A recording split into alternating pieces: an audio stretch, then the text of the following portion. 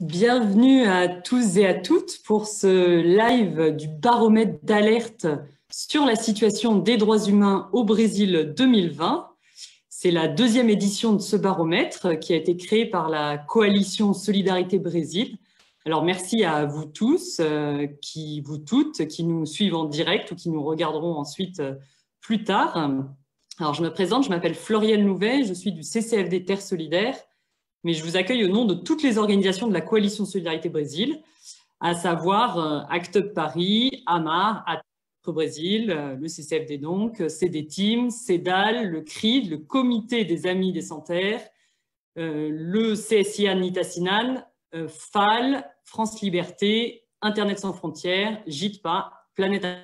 Alors, c'est quoi ce baromètre qu'on vous présente ?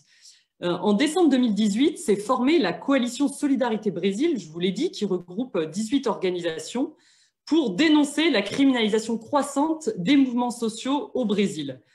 L'un des outils qu'elle a imaginé pour relayer le cri d'alarme de ces organisations, c'est ce fameux baromètre d'alerte sur la situation des droits humains au Brésil.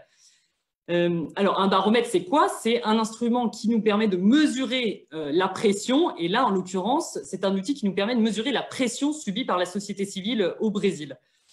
C'est avant tout un baromètre d'alerte, donc il veut dénoncer la multiplication et l'ampleur des violations des droits humains et atteintes à l'environnement aujourd'hui au Brésil. Mais c'est aussi un baromètre qui parle des résistances. Vous allez le voir, on voit à quel point il y a une société civile créative qui résiste sur les territoires.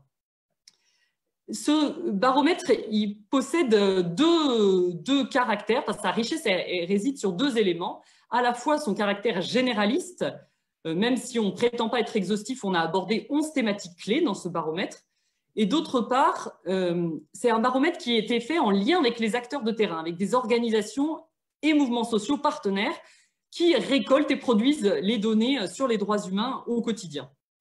Alors, on publie ce baromètre pendant le mois de janvier. Pourquoi janvier? On est à mi-mandat de la présidente de Bolsonaro, donc c'est une manière pour nous aussi de faire un bilan de cette présidence et des effets de la politique du gouvernement dans le domaine des droits humains et de l'environnement. Janvier, c'est aussi un mois de commémoration, alors de tristes commémorations.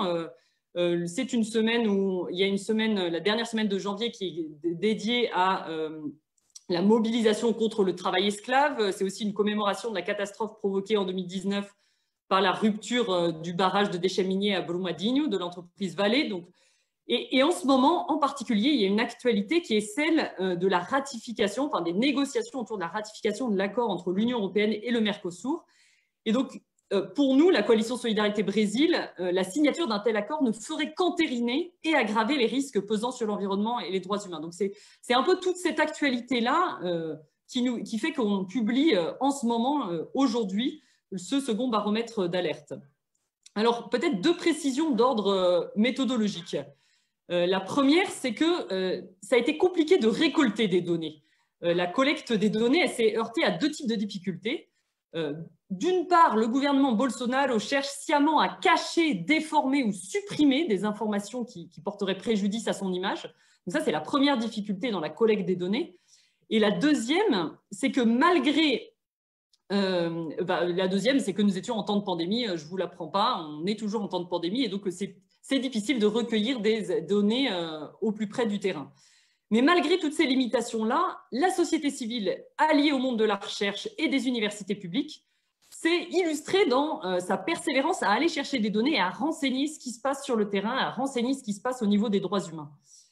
La deuxième précision méthodologique que je voulais vous donner, c'est que dans ce baromètre sont retransmises des données à la fois en valeur absolue et leur taux de variation par rapport à l'année précédente. Alors, les taux de variation en 2020, certains sont ahurissants et très alarmants, mais certains sont un peu moindres par rapport à 2018 ou 2019.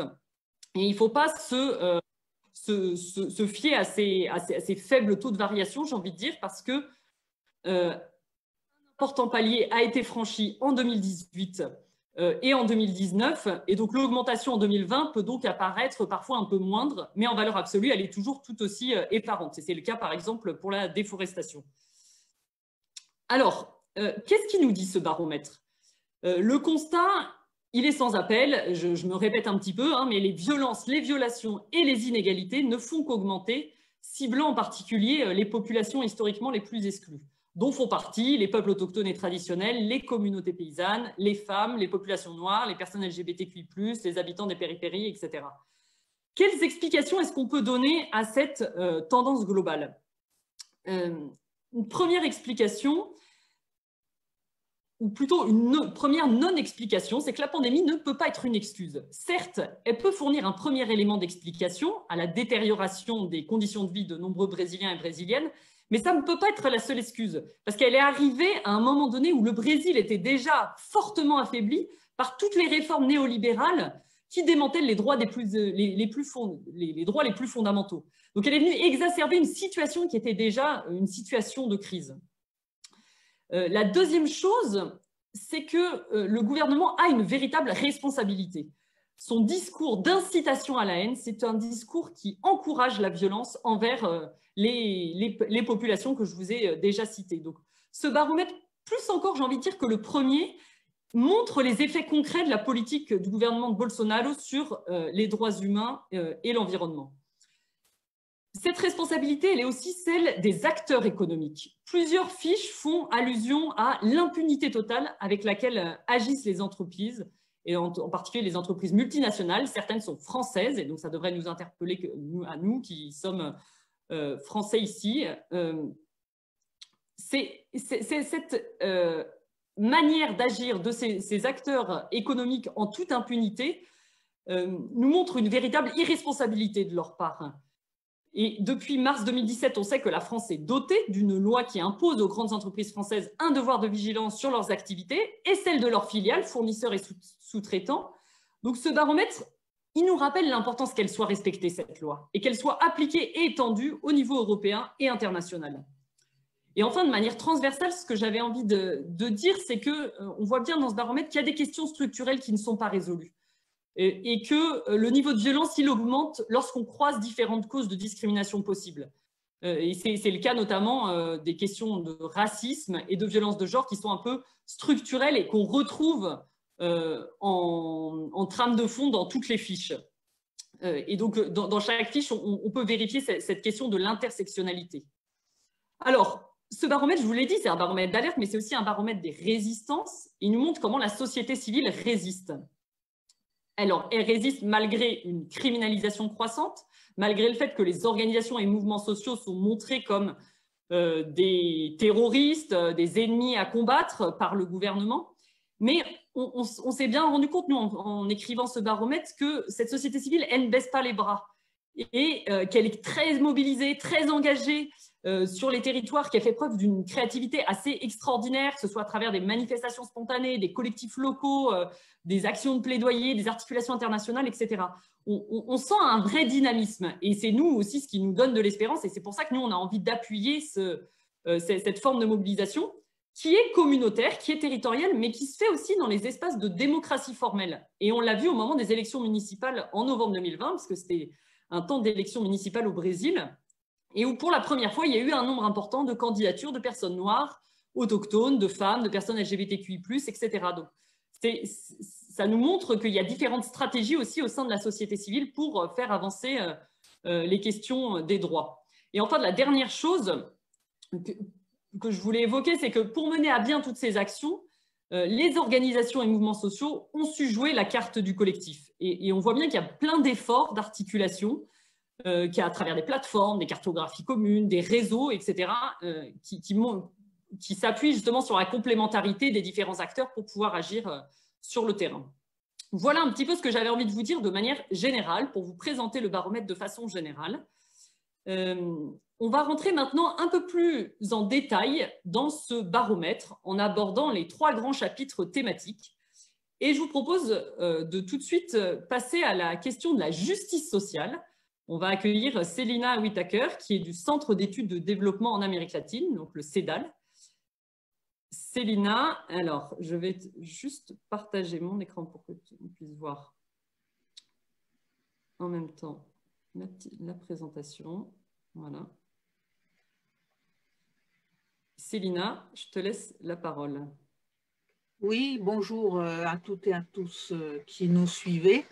Je commence à rentrer un petit peu dans le détail sur les chiffres qu'on présente dans ce baromètre.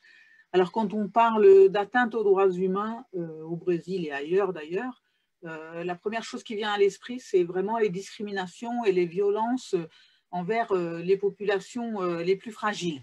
C'est le racisme et les violences policières envers les jeunes noirs et la population des périphéries.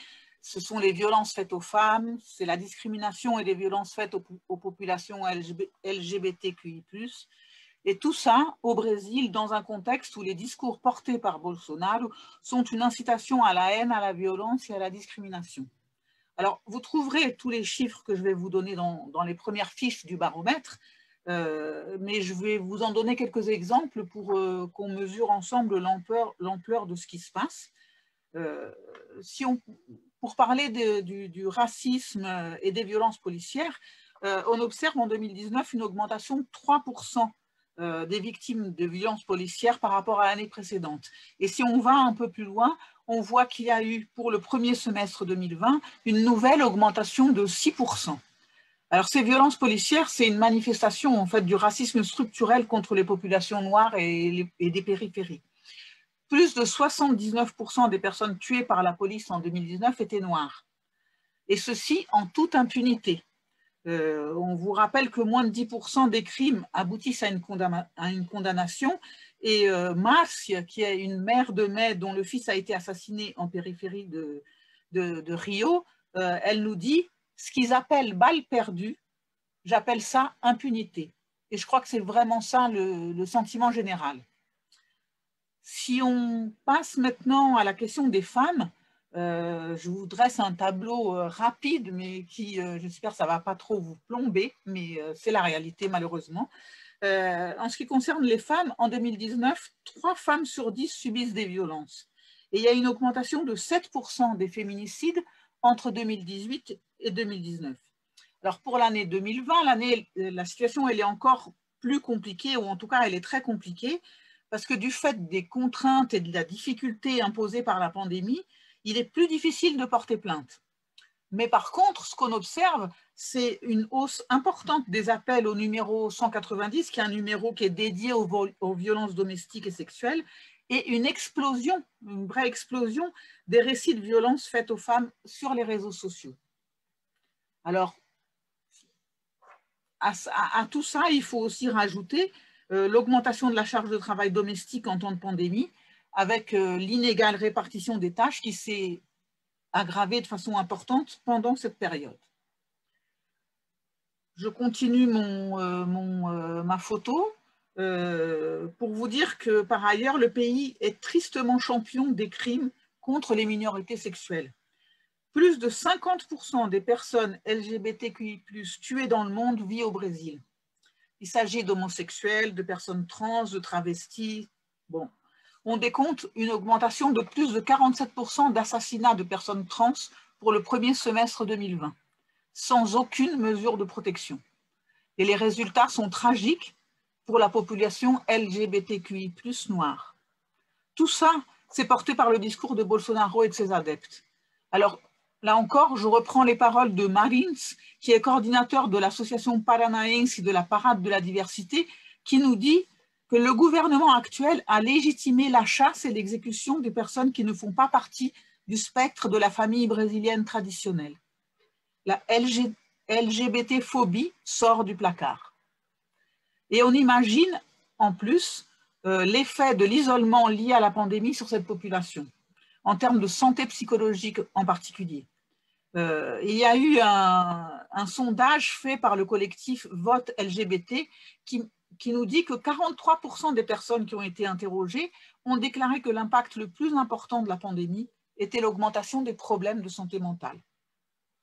Alors, il va sans dire, Floriane l'a rappelé tout à l'heure et dans les fiches, vous le verrez de façon beaucoup plus explicite, que le niveau de violence et de discrimination augmente si on croise ces différentes causes de discrimination. Le terme intersectionnalité veut vraiment dire quelque chose quand on parle des violences et des discriminations pour les populations les plus fragiles.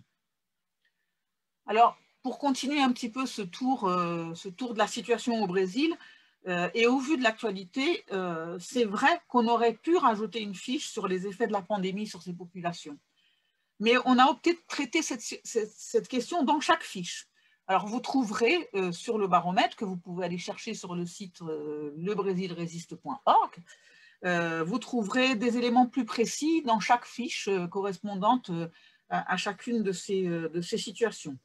Alors, pour ce baromètre-là, et au vu des années de l'année qu'on a vécue en 2019 et qu'on continue à vivre en 2020 et des effets de la pandémie, on a plutôt choisi de rajouter 2 fiches par rapport au baromètre qu'on avait fait en 2019 et qui concernent le travail et la sécurité alimentaire. Pourquoi ça? Parce que la pandémie, en fait, elle a fait exploser une situation qui était déjà très dégradée, avec un gouvernement qui ne fait absolument rien pour la protection des personnes les plus touchées. Alors, en ce qui concerne le travail, la situation, elle s'aggrave depuis 2017 et le gouvernement Temer, avec des reculs importants sur les réglementations légales et des relations au travail. Mais la pandémie, elle vient aggraver ce cadre. Fin septembre 2020, le taux de chômage était de plus de 14%, avec une augmentation de 33% entre mai et septembre. Donc, on voit qu'on est dans une courbe malheureusement ascendante. Ce qu'on voit aussi, c'est que les conditions de travail se détériorent, avec en particulier l'ubérisation de l'économie et la croissance du secteur informel, et que tout le monde n'a pas souffert de la même façon de la perte d'emploi et de la perte de revenus. Ce sont là encore les jeunes, les personnes noires, les femmes qui sont les plus touchées, avec une mention particulière à la situation des employés domestiques, la plupart femmes, noires et à statut informel. Avec tout ça, au total, plus de 100 millions de personnes ont dû faire appel à l'aide d'urgence proposée par le gouvernement, une aide d'urgence qui a été difficile à obtenir, qui vient d'être conduite, mais à un niveau bien moindre, puisqu'elle est passée de 600 reais à 300 reais. Autant dire, c'est impossible c'est une aide qui ne peut pas répondre aux besoins de la population. Et pour ce qui concerne enfin la sécurité alimentaire, en 4 ans, sur ces 4 dernières années, le Brésil il est revenu sur la carte de la faim. La faim, elle touche 5% de la population. Et la pandémie, elle aggrave la situation. Les projections, elles nous disent que ce chiffre passera à plus de 6% à la fin de l'année 2020 et ça touchera environ 15 millions de personnes, ce qui est vraiment énorme. Alors, aucune action n'est pensée pour y faire face. Les gouvernements Temer puis Bolsonaro, en plus, ont remis en cause tous les programmes existants et le modèle néolibéral ignore l'agriculture familiale, qui est pourtant l'agriculture qui est pourvoyeuse, en fait, de nourriture pour la population. Alors, il y a une mobilisation de la société civile, des mouvements populaires, comme l'APIB, l'Articulation des peuples indigènes du Brésil, la Commission pastorale de la terre, le mouvement des sans-terre, etc. Ils ont bataillé ces dernières années pour une loi permettant de réduire les effets de la pandémie et de garantir l'accès à l'alimentation. Donc la loi a été votée, mais Bolsonaro a mis son veto sur 14 des 17 articles de cette loi. Voilà la triste situation, mais face à ça, les mouvements populaires et la population brésilienne résistent. Dans chaque fiche du baromètre, on a essayé de donner un exemple de résistance. Alors, plutôt que d'en présenter l'une d'entre elles, ce que je voudrais là, c'est mettre l'accent sur la diversité de ces résistances.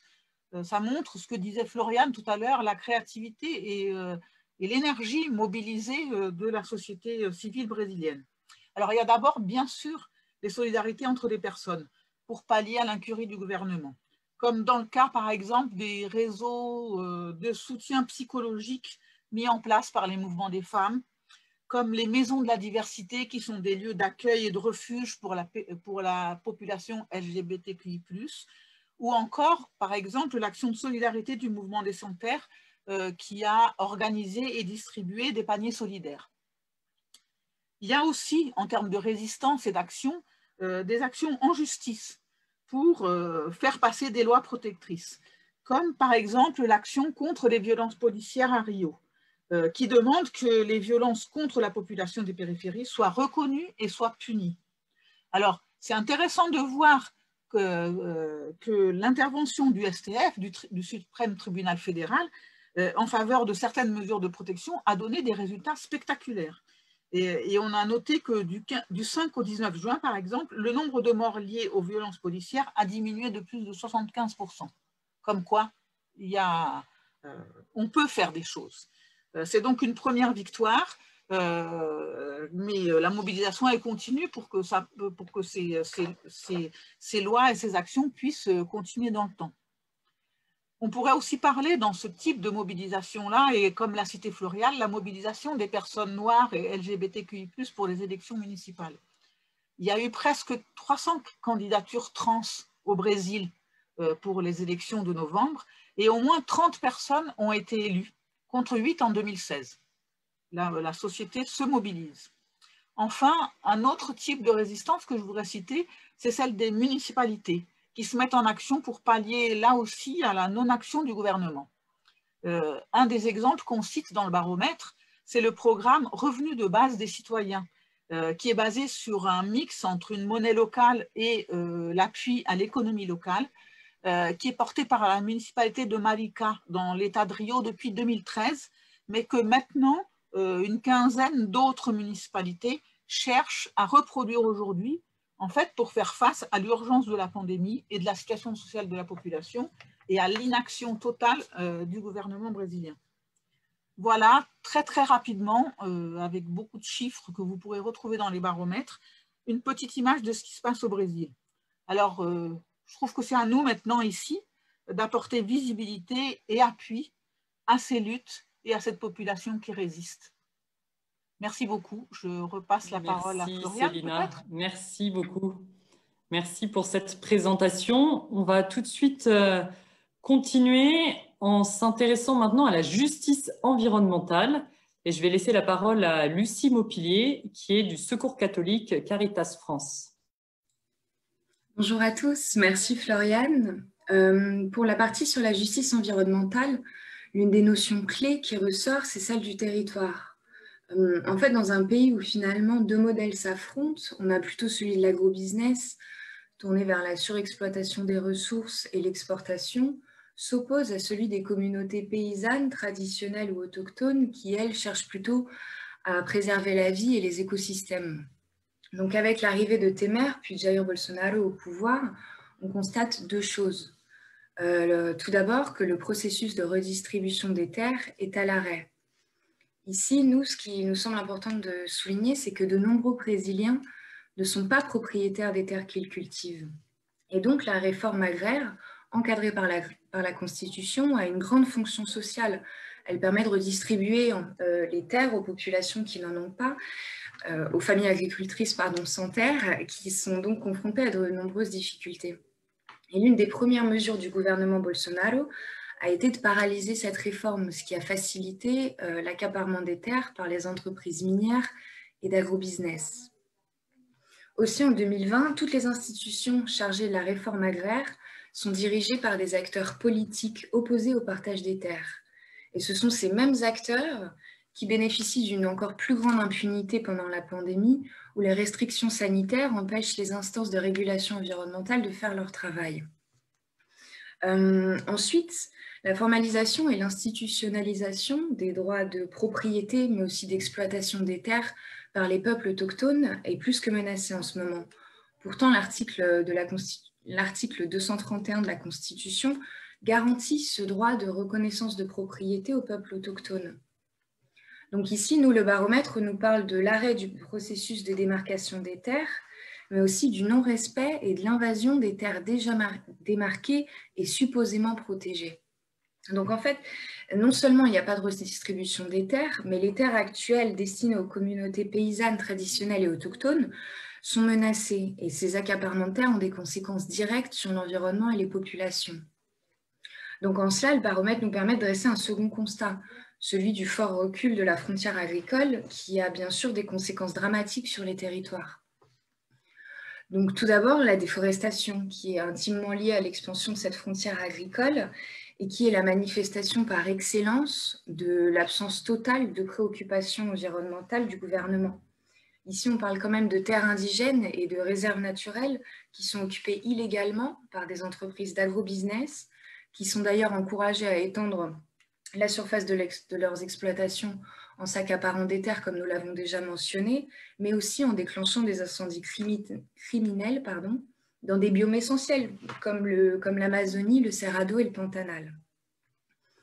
Par ailleurs, l'importation des produits phytosanitaires est en constante augmentation au Brésil ces 2 dernières années, ce qui fait du Brésil le premier pays consommateur de pesticides par hectare au monde. Et selon le ministère de l'Agriculture, 674 nouveaux pesticides ont été autorisés à entrer sur le marché entre janvier 2019 et juin 2020. Et ce qui nous paraît important de souligner ici, c'est qu'ils ont été approuvés sans débat ni consultation, bien que 88% de ces produits soient pourtant considérés comme dangereux pour l'environnement. Et par ailleurs, l'affaiblissement des normes environnementales provoque de nombreux accidents qui viennent polluer et contaminer la biodiversité locale. C'est notamment le cas de l'entreprise Vale, qui a été responsable de la rupture des barrages de déchets miniers de Mariana en 2015 et de Brumadinho en 2019, et qui illustre bien l'impunité dont bénéficient les grands producteurs au Brésil. Puisqu'en 2018, le barrage de Brumadinho a été étendu malgré l'avis défavorable des populations locales et de l'IBAMA, l'agence environnementale brésilienne. Et lorsqu'il s'est rompu, sa rupture en 2019 a provoqué plus de 30 morts, plus de 300 blessés et la contamination de l'environnement local. Donc ici, tandis que la justice n'a toujours pas été faite, l'empoisonnement et l'envasement des barrages et des rivières se poursuit. Et il nous semble aussi important d'ajouter que les conflits fonciers qui sont dus à l'accaparement des terres et ceux autour de la gestion des ressources naturelles se multiplient. En fait, la pandémie n'a pas permis de trêve et les populations, les leaders de communautés autochtones et les activistes environnementaux sont toujours confrontés à des expulsions forcées, des menaces, des tortures et des assassinats. Donc ici, pour conclure, on pourrait dire que Bolsonaro est loin de se préoccuper des conséquences dramatiques pour l'environnement. Il percevrait presque au contraire les politiques environnementales comme des obstacles au développement, et c'est pour cela qu'il s'emploie à les démanteler. Et par ailleurs, les organisations de la société civile dénoncent les risques pour l'environnement et les droits humains que pourrait entraîner la signature de l'accord de libre-échange entre l'Union européenne et le Mercosur. Donc après cette brève synthèse concernant la justice environnementale, je vais vous présenter quelques chiffres pour illustrer ce que je viens de vous dire. Donc tout d'abord, on constate une augmentation de 1880% des invasions de territoires de communautés paysannes en 2020 par rapport à 2019. Aussi, ces 2 dernières années, le processus de démarcation de 63% des terres indigènes a été suspendu. Et une autre donnée qui couvre la période d'août 2019 à juillet 2020, durant laquelle plus de 11 000 km² ont été déforestés en Amazonie. Et enfin, un dernier chiffre, celui qui porte sur le ministère de l'Environnement au Brésil, qui n'a utilisé que 0,4% du budget consacré aux politiques environnementales entre janvier et septembre 2020. Donc nous, face à cette situation, la société civile résiste, elle se mobilise, et c'est ce qu'on cherche à faire ressortir dans ce baromètre, dans lequel nous faisons allusion à différentes organisations, notamment le mouvement des Sans-Toits, l'articulation des peuples indigènes du Brésil et autres organisations qui défendent les droits sur le terrain. Mais parmi ces exemples, on peut évoquer plutôt ce soir celui de l'entreprise EDF et de sa centrale Sinop. Donc, le projet du réseau fluvial Teles-Pires-Tapajós a pour objectif de développer le plus grand réseau de routes fluviales au Brésil dans le but de faciliter la distribution de produits d'exportation à destination européenne. Et ce projet est ouvert aux multinationales qui, d'une certaine façon, contrôlent le territoire à l'aide de complexes industriels puissants. Et à nouveau, on remarque que les priorités économiques s'opposent aux préoccupations environnementales. Puisque le fleuve Teles-Pires est le fleuve le plus touché par l'impact des centrales hydroélectriques en Amazonie, puisque ces constructions, ces aménagements provoquent le déboisement de milliers d'hectares de forêt, l'augmentation de l'émission de gaz à effet de serre et l'appauvrissement de la qualité des sols et des cours d'eau. Et en particulier, le réservoir de la centrale hydroélectrique contrôlée par EDF, Sinop, et l'un de ceux qui a le plus contribué à l'émission des gaz à effet de serre, puisque EDF n'a pas respecté les obligations environnementales, notamment celles concernant le défrichage du sol, avant l'implantation de sa centrale. Donc dans ce cas-là, on peut parler d'un réel désastre environnemental et social pour les communautés rurales, autochtones et riveraines qui habitent cette région. Et on parle ici de près d'1 million de personnes touchées, parmi lesquelles plus de 10 nations de peuples autochtones qui sont aujourd'hui ou seront directement atteintes. Donc face à cette situation, plus de 200 familles de déplacés luttent pour des indemnités justes en compensation de la perte de leur territoire. Et elles sont accompagnées par différentes organisations locales, comme le mouvement des personnes atteintes par les barrages et le forum Teles Pires, qui mène des actions collectives de mobilisation, de communication et de sensibilisation sur l'impact environnemental et social de ces projets. Voilà la présentation concernant la justice environnementale. Vous pourrez retrouver beaucoup d'informations complémentaires dans le baromètre. Et je laisse maintenant la parole à Floriane. Oui, merci beaucoup, Lucie. Merci pour cette présentation. On va aborder le dernier axe thématique de notre baromètre, qui est donc la question des espaces de démocratie. Donc, je vais laisser la parole à Glauber Severino, qui est d'Autre Brésil. Bonjour, merci beaucoup pour avoir l'espace là pour parler un peu plus de ce qu'on avait fait dans ces baromètres et qui concerne les espaces de démocratie. Avant de vraiment passer sur le sujet exactement, c'est très important, je pense, de souligner que Bolsonaro est un président qui a fait de la guerre culturelle l'axe autour duquel gravite vraiment son gouvernement. Cette notion de guerre culturelle était déjà présente lors de sa campagne présidentielle et garde des points de ressemblance avec des homologues étrangers comme Orbán ou comme Trump et d'autres. Cependant, elle est un peu particulière en ce qu'il s'agit du Brésil et de Bolsonaro, et elle s'articule notamment autour de 3 éléments fondateurs. D'abord, un révisionnisme historique qui est revanchard et notamment antiscientifique, foncièrement antiscientifique. Elle va aussi puiser dans un élément très présent dans l'histoire du XXe siècle au Brésil, qui est cette doctrine de l'ennemi intérieur, c'est-à-dire on a des classes dangereuses qu'il faut combattre, il y a des ennemis qui sont brésiliens, dont l'État doit combattre, et elle va être mise dans les jours, mise dans la scène politique, cette guerre culturelle, à travers un discours haineux, aussi bien dans la forme que dans son propre contenu. Donc, ce n'est pas par hasard que les symboles de campagne de Bolsonaro, c'est lui avec ses doigts, en faisant semblant de porter une arme. Donc, ce discours haineux est aussi bien dans la forme que dans le contenu. Son discours d'investiture était « on va railler le Brésil de cette plague rouge ». Le drapeau brésilien ne va jamais être rouge, ne serait-ce qu'avec les sangs des bons citoyens brésiliens, et ainsi de suite. Bon, comment cela va s'articuler donc du coup dans les politiques réelles menées par le gouvernement, en sachant que, fruit d'une coalition assez multiple, Bolsonaro a, pendant ces 2 ans, se distancé de beaucoup de personnages politiques qui l'ont porté à la présidence du Brésil.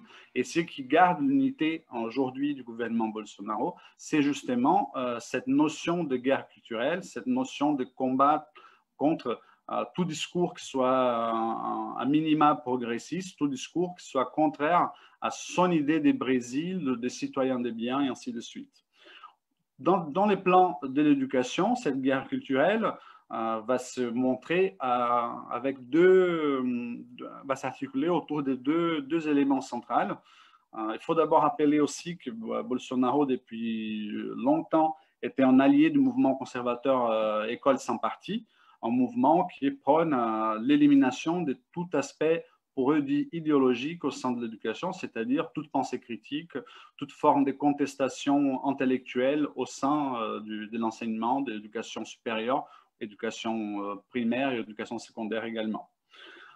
Les deux fronts, donc, qui, dans l'éducation, cette guerre culturelle va s'attacher, est un réactionnaire, donc plus proche de cette idée vraiment c'est-à-dire pour purger l'école de l'université et l'université du marxisme culturel, purger l'éducation de ces communismes, purger l'enseignement brésilien de Paulo Freire et ainsi de suite, et aussi s'attachant à une révocation des quotas raciaux approuvés ces dernières années au Brésil, mises en place au Brésil depuis les années 2000 pour les programmes des premiers cycles à l'université et ainsi de suite. Ça, c'est le volet plutôt réactionnaire, plutôt d'un point de vue du contenu idéologique de cette guerre culturelle quand elle est menée au sein de l'enseignement au Brésil, au sein de l'éducation. L'autre front auquel s'attaque vraiment le gouvernement Bolsonaro dans cette guerre culturelle, il est d'ascendance néolibérale.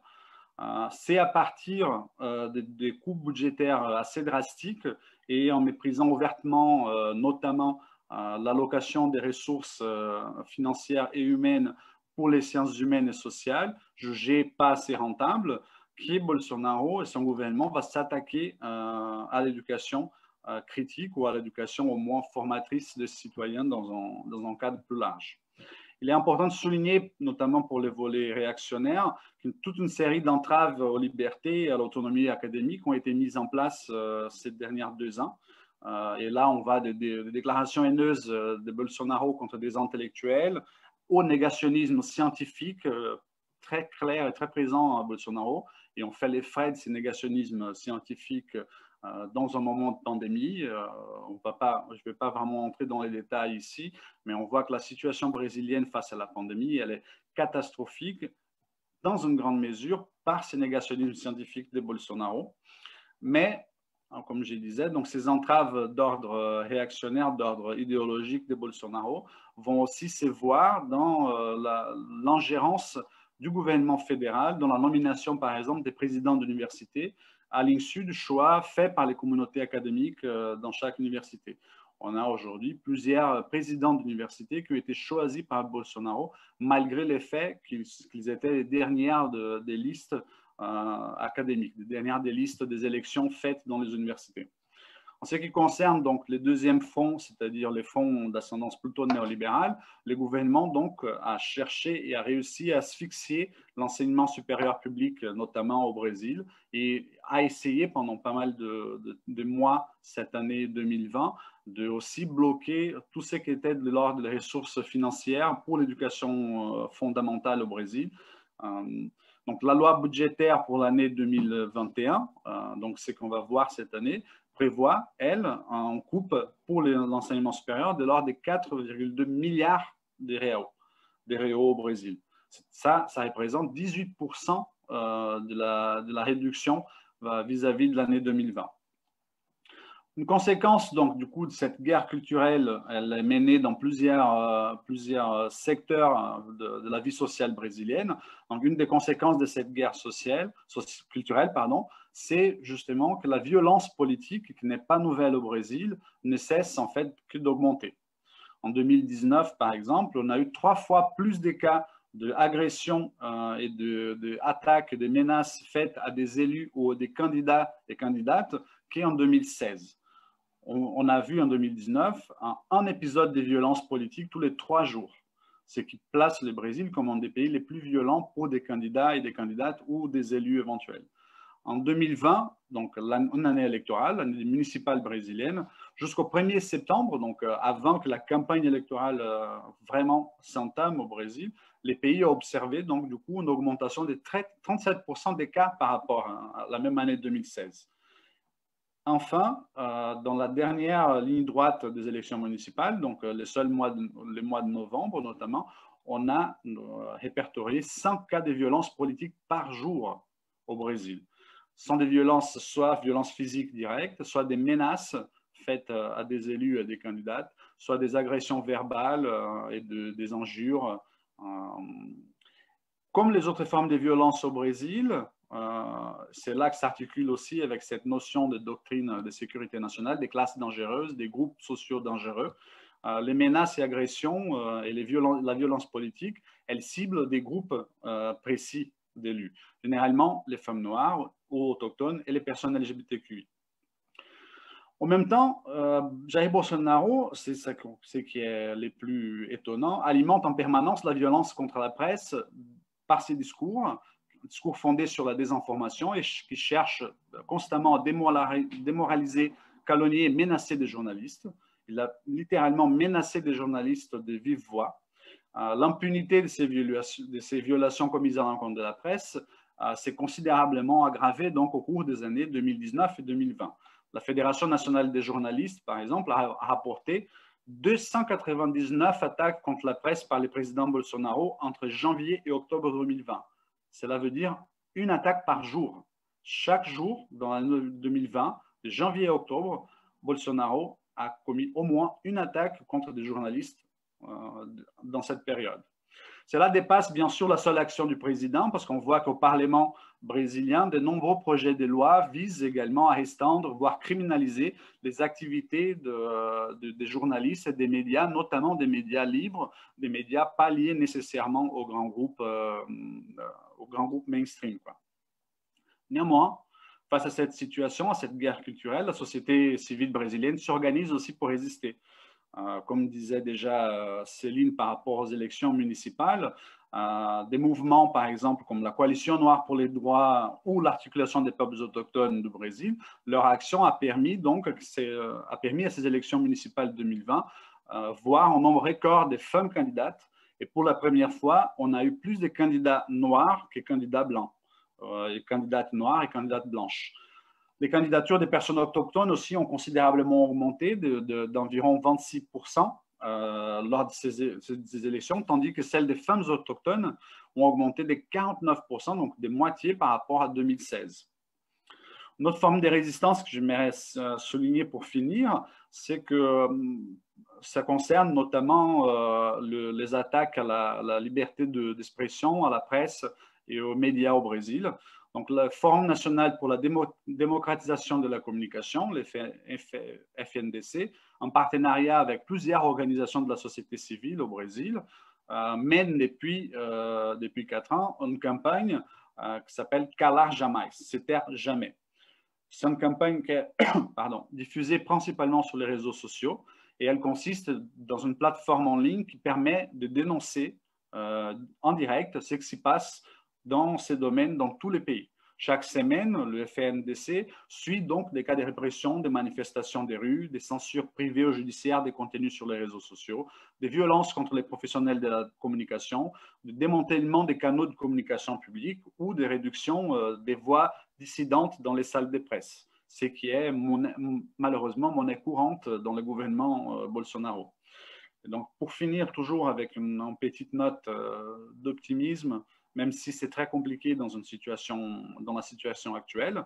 Chacune de ces violations, même si elle est la preuve d'une tentative systématique de réduire les Brésiliens en silence, elle ne tombe pas dans l'oubli et elle est combattue constamment par les acteurs et les actrices de la société civile brésilienne, des mouvements sociaux brésiliens.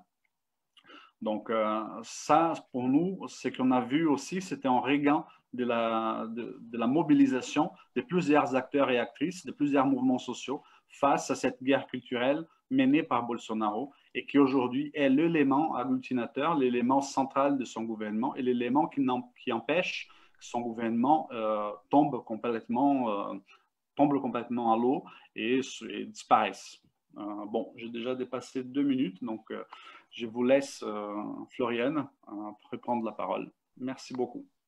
Merci beaucoup, Globert. Merci beaucoup pour cette présentation et ces 3 présentations bien fournies. Alors, vous avez vu, il y a beaucoup de chiffres. Peut-être que ça vous a donné mal à la tête, mais en même temps, ça nous a semblé important de bien renseigner nos affirmations. Quand on parle d'augmentation de violation des droits humains, on n'avait pas envie de parler comme ça dans le vide, mais réellement de pouvoir donner des données fiables qui sont produites sur le terrain. Donc, ça nous semblait important de pouvoir vous rappeler un peu toutes ces données, en tout cas certaines de ces données ce soir.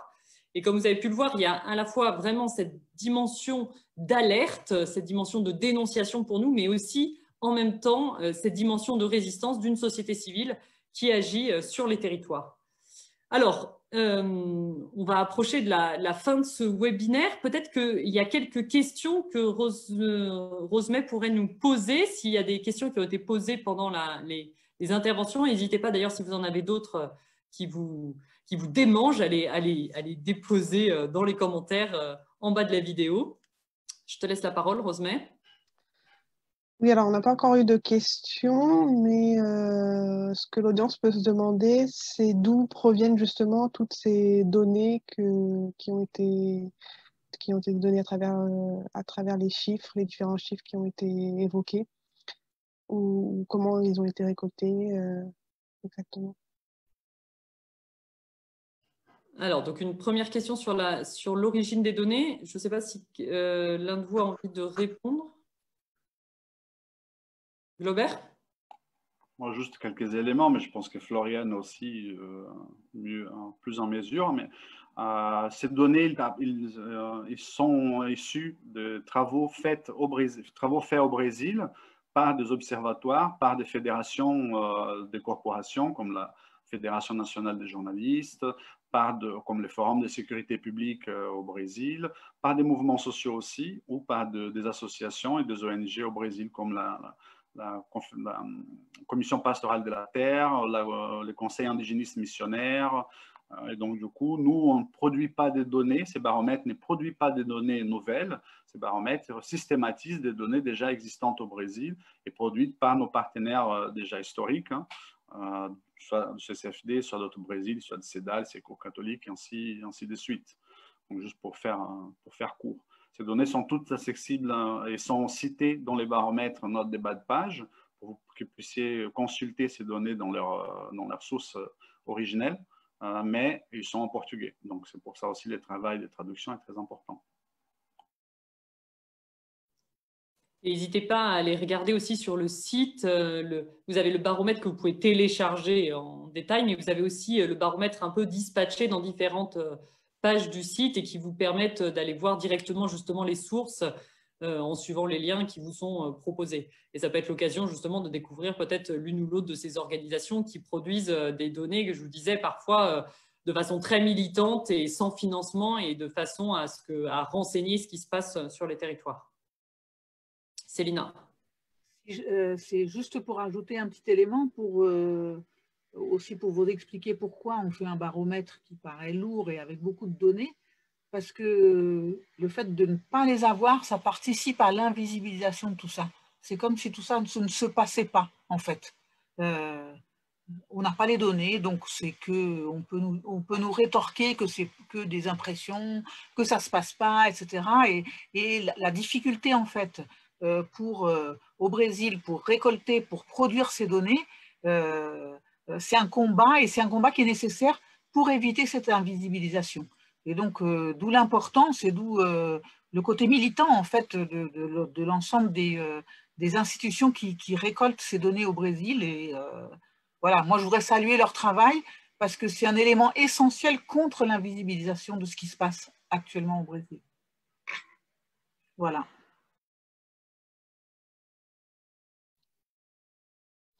On a des nouvelles questions. Alors, Isabelle Couillard, pour commencer, elle demande: est-ce que la pression sociopolitique internationale peut avoir un impact sur un gouvernement Bolsonaro?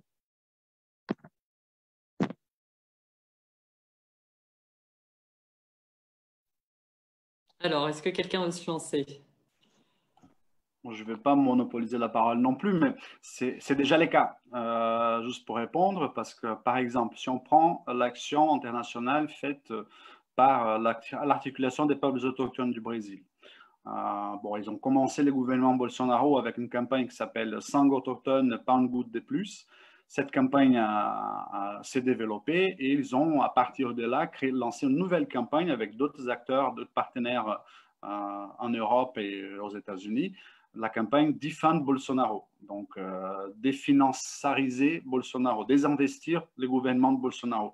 Cela a porté déjà ses fruits parce que ça a mis les gouvernements justement contre les cordes, comme on dit dans la boxe, et il a suscité même des attaques directes de hauts cadres du gouvernement, dont les ministres le général Heleno, qui a attaqué directement la PIB parce qu'il a vu que cela porte des fruits concrets.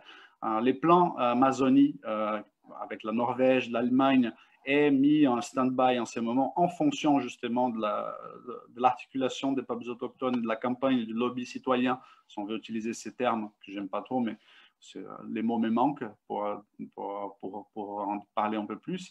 Mais cela fait, par exemple, des gouvernements comme l'Allemagne ou comme celui de la Norvège ou d'autres pays ont abandonné, par exemple, l'idée de relancer les plans Amazonie, refouler de l'argent au Brésil pour que le Brésil fasse les contrôles qu'il ne fait pas des feux de forêt ou de la déforestation en Amazonie. Donc oui, l'action internationale porte ses fruits. Les mêmes choses, on peut dire, par rapport à l'accord Union européenne-Mercosur, même si c'est un peu plus complexe. C'est l'action des mouvements au Brésil, notamment des mouvements environnementaux ou des peuples autochtones, qui met à mal des gouvernements européens pour qu'ils puissent signer en libre conscience et tranquillement ces accords. Donc oui, c'est très important, même si ce n'est pas le cœur de la lutte en soi. On dit toujours qu'on est dans l'arrière-garde de cette bataille, de cette résistance. On n'est pas sur le terrain au Brésil en train de résister quotidiennement, mais ça porte des fruits assez visibles. Je voulais juste rajouter que c'est une demande des organisations et mouvements sociaux avec lesquels on travaille. C'est-à-dire qu'au quotidien, comme disait tout à l'heure Célina, eux, ils sont confrontés à une invisibilité souvent de leurs actions, parfois à une criminalisation. Et donc, il y a une nécessité pour eux de se sentir appuyés de l'extérieur. Et très souvent, en allant sur le terrain, les organisations nous disent, en fait, on a besoin, nous, d'avoir des relais ailleurs qu'au Brésil. Et c'est pour ça, d'ailleurs, que la coalition Solidarité Brésil s'est formée. C'était justement pour faire ce relais ici, en France et en Europe. Donc, ça vient aussi d'une demande. Et cette demande, elle est appuyée justement par les résultats, un peu ce qu'a pu présenter Glauber. D'ailleurs, on a vu ce matin, donc il y a certains membres de la coalition Solidarité Brésil qui se sont réunis devant l'ambassade du Brésil avec des bannières, etc., pour dénoncer justement, pour parler de la parution de ce baromètre et dénoncer les violations des droits humains au Brésil. Et cette action, elle a été très relayée dans les médias brésiliens, justement. Parce que c'est une manière pour eux sans doute de sentir qu'il y a quelque chose qui se passe ailleurs, qui vient dénoncer ce qui se passe au Brésil. On a une autre question de Hernani Paev qui demande par rapport au risque de coup d'État, quel risque vous évaluez dans le baromètre?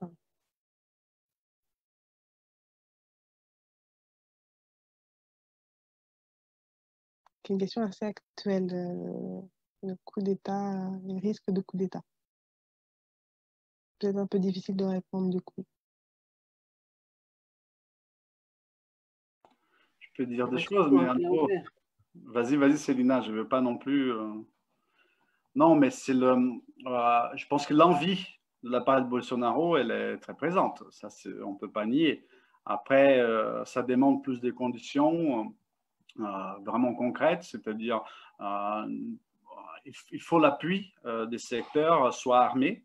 Je ne parle même pas de l'armée en soi, je parle plutôt des corporations policières, militaires au Brésil, qui ont plus de capacité de faire une intervention, même si elles sont chacune en certaine autonomie parce qu'elles sont gérées au niveau des États fédérés. Et du coup, cette configuration-là, je ne sais pas parce qu'on n'a pas vraiment les informations pour savoir si cette masse critique est déjà atteinte ou pas. Cependant, ce qui s'est passé aux États-Unis avec Trump et ce qui se passe encore aujourd'hui avec Trump, ça, au moins à moi, personnellement, ça me fait peur parce que si les soutiens de Trump sont des blancs suprémacistes, pour la plupart, quelques personnes qui appartenaient à des polices et compagnie, c'est des mouvements qui sont moins organisés, on va dire, d'un point de vue structurel, qu'est ce qu'on voit aujourd'hui avec les soutiens de Bolsonaro, notamment les milices, les corporations, les soldats, les caporals et les sergents dans les polices militaires au Brésil, ou l'équivalent dans l'armée au Brésil, qui ont un entraînement plus présent, sont plus armés. Le nombre d'armes vendues au Brésil ces dernières 2 ans a explosé, par exemple. Les milices rurales aussi sont en train de se développer considérablement. On n'appelle pas milices rurales, on appelle groupes de sécurité des gros fermiers, mais ce sont des milices rurales qui avant avaient le droit d'avoir 4 fusils par propriété, aujourd'hui ont le droit d'avoir 200 fusils par propriété. Donc rien n'empêche que dans un cas de figure semblable à ce qu'on a vu aux États-Unis, c'est-à-dire Bolsonaro ne gagne pas en 2022, s'il arrive jusqu'à là, qu'il mobilise ses soutiens. Donc c'est pour ça aussi que j'ai voulu accentuer cette notion de guerre culturelle et d'idéologie, parce que ça aujourd'hui c'est l'élément qui garde cette base en mobilisation constante et permanente. Après les futurs, moi j'ai arrêté de faire des prévisions parce que c'est impossible. Le Brésil, à chaque 2 heures, la conjoncture change. Faire les analyses de conjoncture et prospectives au Brésil, c'est presque un travail décisif, quoi. C'est impossible. Je peux compléter un peu pour aller dans le sens de Glauber. L'objectif qu'on s'est donné quand même avec le baromètre, c'était de donner des chiffres pour permettre, pour visibiliser en fait ce qui se passe et pas tellement de rentrer dans la question d'une analyse de conjoncture plus poussée. Mais effectivement, dans le baromètre, on parle par exemple de la mutinerie qui a eu lieu, je crois que c'était en février, 2020, dans l'état du Ceará, où on a senti que les jeunes officiers militaires se sentaient soutenus et fidèles par le capitaine Bolsonaro. Donc voilà. Après, on sait que Bolsonaro, il travaille sur l'armement de la population. Donc c'est une situation qui est extrêmement instable, quoi. Extrêmement instable.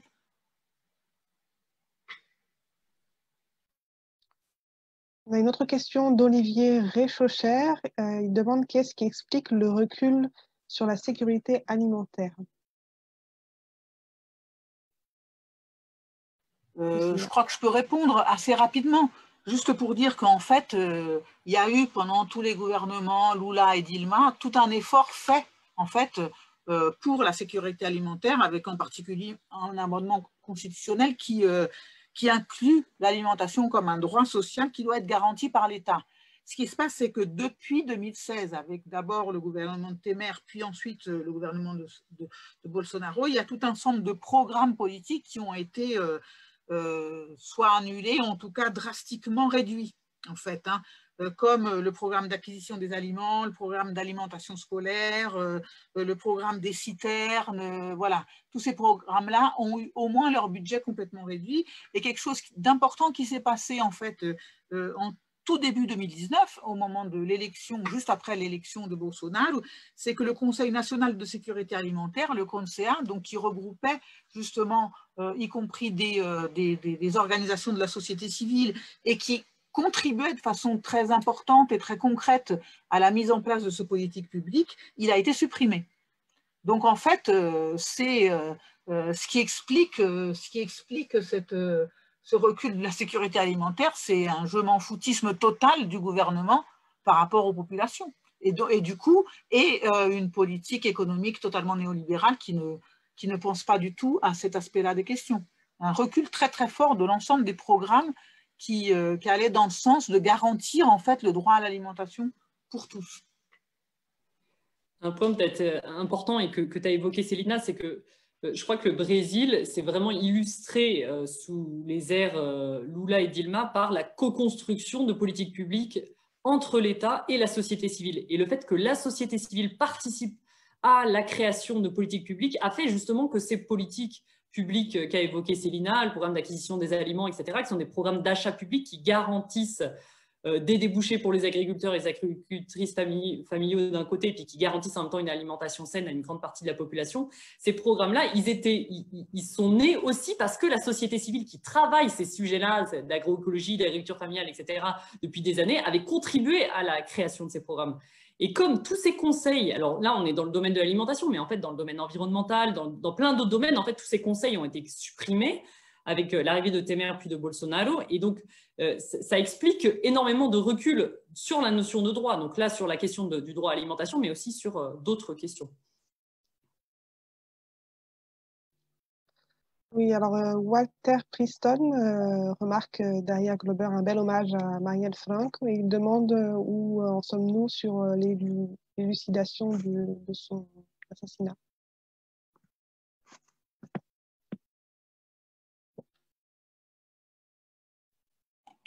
En réalité, nous sommes au même endroit qu'on était depuis déjà quelques mois, c'est-à-dire les deux personnes inculpées d'avoir tué Marielle et Anderson sont en prison, le procès suit. Cependant, les enquêtes autour de qui a commandité et s'il y avait d'autres personnes dans la logistique, si c'était ces deux personnes seulement qui ont tué Marielle Franco, l'enquête en soi, elle n'avance pas énormément. Et ça, c'est une demande constante des parts de sa famille, de Marielle Franco, que l'enquête s'approfondisse et arrive vraiment à savoir pourquoi et qui a commandité l'assassinat de Marielle Franco. Cependant, on est dans une situation très compliquée. On a vu comment on va dire, de rebondissement de l'enquête qui touchait justement les fils du président Bolsonaro. Via les milices, les cabinets du crime à Rio, de miliciens qui étaient embauchés par les fils du président au conseil municipal de la ville de Rio. Donc, du coup, cette enquête, elle porte vraiment danger à la famille proche, tu vois, à des proches du président Bolsonaro. Ça peut même toucher. La question, c'est qu'on est dans un état où on essaye de ne pas faire trop de vagues autour de ça parce qu'on sait que ça peut aller très loin. Et ça reste une demande des mouvements sociaux et ça reste une demande notamment de la famille ou des députés comme Thalía Petrone et Renata Souza qui ont commencé leur vie politique institutionnelle à côté de Marielle Franco. Qui a commandité et pourquoi?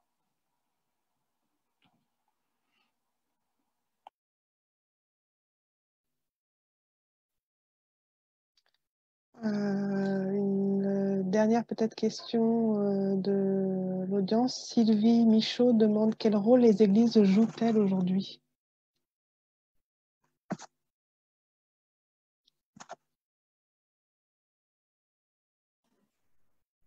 Je veux bien donner quelques éléments de réponse. Moi, il me semble que quand on parle, c'est bien de parler de pluriel, les églises, parce que déjà, il y a différents types de spiritualité et de religion présentes au Brésil, mais aussi à l'intérieur d'une même religion, souvent, il y a des différences assez fortes. Nous, ce qu'on constate au quotidien, je peux parler un peu moi, de mon expérience, mais c'est qu'on a d'un côté une église catholique ou protestante ou de diverses confessions qui est très engagée sur le terrain. Et on travaille avec des communautés religieuses, avec des prêtres, avec des laïcs qui sont très engagés auprès des personnes les plus exclues. Alors, ça peut être dans les quartiers populaires, dans les communautés paysannes, etc. Et qui ont un vrai rôle pour défendre les droits. Et en même temps, à côté, on a aussi toute une série d'églises. Alors, je pense notamment et peut-être parce que c'est le plus connu, mais au pouvoir des églises néo-pentecôtistes qui ont un projet d'accaparement du pouvoir depuis quelques années et qui sont présentes notamment dans beaucoup d'espaces populaires, dans des quartiers populaires, dans des communautés paysannes, etc. Donc, qui occupent un peu les mêmes espaces, mais c'est souvent des espaces qui sont laissés vides et qui, pour le coup, sont beaucoup plus dans la manipulation politique. Il y a tout ce secteur-là. Et derrière, aujourd'hui, Jair Bolsonaro. On dit souvent que Jair Bolsonaro, il est appuyé par les 3 B, Bible, Baal et Bœuf, le secteur des armes, le secteur néo-pentecôtiste et le secteur de l'agrobusiness. Donc, c'est l'un des soutiens du gouvernement aujourd'hui. Mais voilà, je pense qu'il faut être assez fin dans l'analyse et se dire qu'il y a différents types d'acteurs et qu'on ne peut pas parler d'une église ou des églises avec un seul type d'action aujourd'hui. Il y a un petit peu toute cette complexité qu'on retrouve sur le terrain. Et ça s'écroise avec la morphologie sociale aussi. Tu vois, quand on voit les soldats et les caporales de police militaire, sont très proches, sont souvent néo-pentecôtistes, très proches des néo-pentecôtismes conservateurs en plus.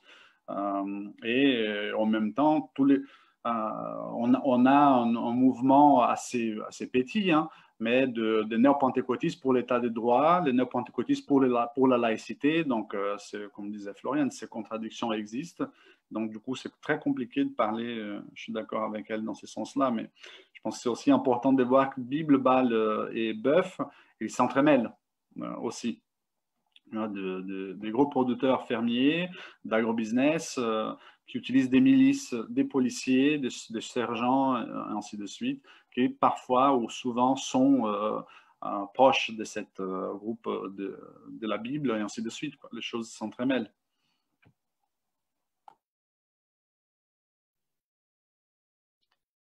Pour peut-être terminer ce webinaire sur les suites données à ce baromètre, on a quelques questions quant aux actions qui sont programmées en France par le groupe Coalition Solidarité Brésil.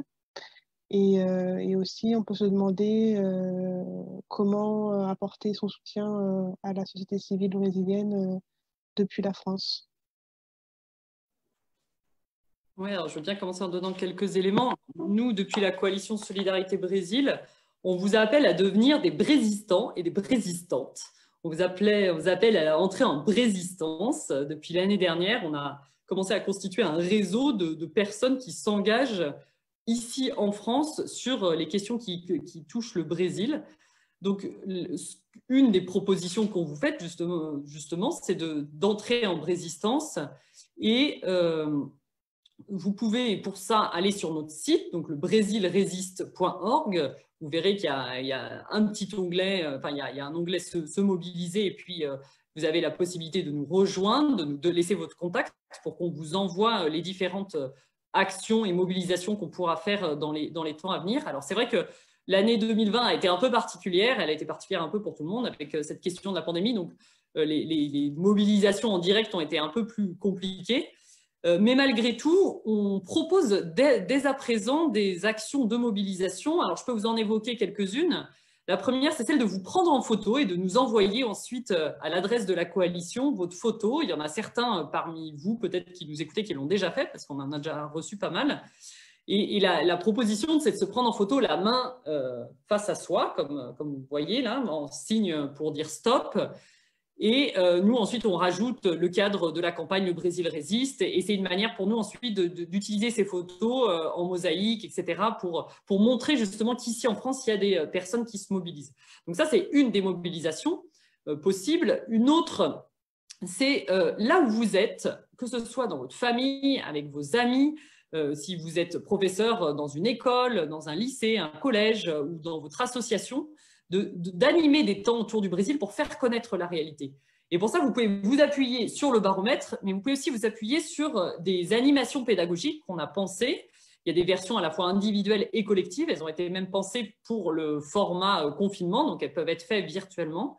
Et vous les retrouverez aussi sur notre site. Elles sont téléchargeables. N'hésitez pas aussi à nous poser des questions si vous avez des besoins un peu plus spécifiques.